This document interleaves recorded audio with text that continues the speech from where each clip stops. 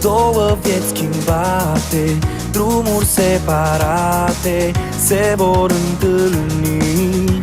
Eu vroiam lumină, dar cine e de vină? Chiar nu mai contează când totul-i gol. E un destin crud, e prea mult, un joc mult pe care l-am pierdut. E doar un gând rău, e așa greu să fiu eu, am învățat să nu.